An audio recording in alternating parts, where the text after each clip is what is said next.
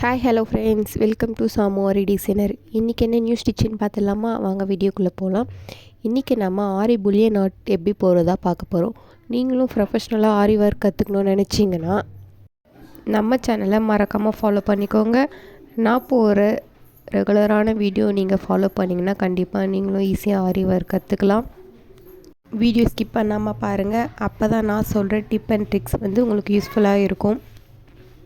உங்கள் friends and ஃபேமிலியில் ஆரி work கற்றுக்கணுன்னு நிறைய பேர் ஆசைப்பட்டுருப்பாங்க. ஸோ அவங்களுக்கு இந்த வீடியோ மறக்காமல் ஷேர் பண்ணி விடுங்க. இப்போ வாங்க புல்லியன் நாட் எப்படி போடுறதுன்னு நான் சொல்கிறேன். இப்போ நம்ம ஒரு ஃப்ளவர் டைப்பில் தான் நான் உங்களுக்கு சொல்லித்தர போகிறேன். இப்போ பாருங்கள், நான் 5 ஸ்டாண்ட்ஸ் கிட்ட த்ரெட் எடுத்திருக்கேன். ஸோ அது டபுள் லேயராக வரும்போது 10 லேயர் கிட்ட வந்துடும்.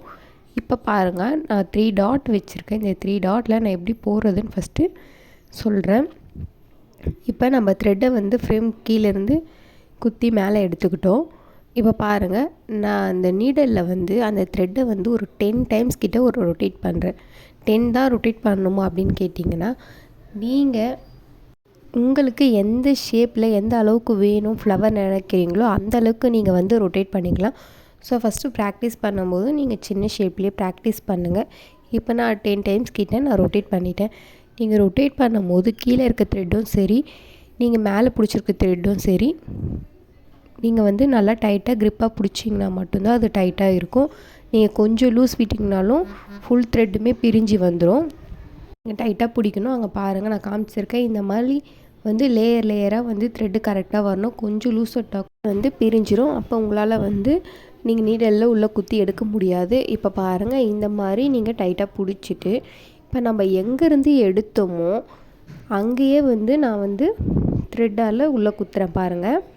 இப்போ நம்ம த்ரெட் எடுத்தோம் பார்த்திங்களா, அதே இடத்துல த்ரெட்டை ஃபுல்லாக நம்ம ரொட்டேட் பண்ணதுக்கப்புறம் மறுபடியும் நான் அங்கேயே நீடலில் குத்துறேன். நீங்கள் ஒரு ஹேண்டில் த்ரெட்டை பிடிச்சிக்கணும், இன்னொரு ஹேண்டில் கீழே இருக்க நீடலை பிடிச்சிக்கணும். இப்போ நீங்கள் த்ரெட்டு பிடிக்கிறீங்க பார்த்தீங்களா, அந்த த்ரெட்டை கொஞ்சம் கொஞ்சமாக மேலே இழுத்து நீங்கள் கீழே இருக்க நீடலை பிடிச்சி இழுத்திங்கன்னா கரெக்டாக அந்த ஷேப்பில் இங்கே பாருங்கள், கரெக்டாக ரவுண்ட் ஷேப்பில் அந்த ஃப்ளவர் டைப்பில் கிடைக்கும் உங்களுக்கு. ஸோ இப்போ இந்த மாதிரி நீங்கள் டைட்டாக பிடிச்சிட்டு நீங்கள் பொறுமையாக இழுக்கணும். ஃபாஸ்ட்டாக இழுத்திங்கன்னா நூல் ரொம்ப சிக்காயிடும். நீங்கள் இந்த மாதிரி இழுக்கும் போது இங்கே பாருங்கள், கடைசியில் இருக்க கொஞ்சம் த்ரெட்டு இந்த மாதிரி ரவுண்ட் ஷேப்பில் இருக்கும். ஸோ இப்போ உங்களுக்கு எந்த அளவுக்கு அந்த ஃப்ளவர் உங்களுக்கு தேவையோ அங்கே நீங்கள் என்ன பண்ணணும், நீடலை உள்ளே குத்தி எடுக்கும் போது அந்த ரவுண்ட் ஷேப்பில் வருது பார்த்திங்களா, அது உள்ள நீடலை மறுபடியும் குத்தி எடுக்கணும். எடுத்துகிட்டு ஃபுல்லாக எடுத்துகிட்ட பிறகு இப்போ நீங்கள் கையில் பிடிச்சிருக்க அந்த ரவுண்ட் ஷேப் இருக்க த்ரெட்டை விட்டுட்டு இந்த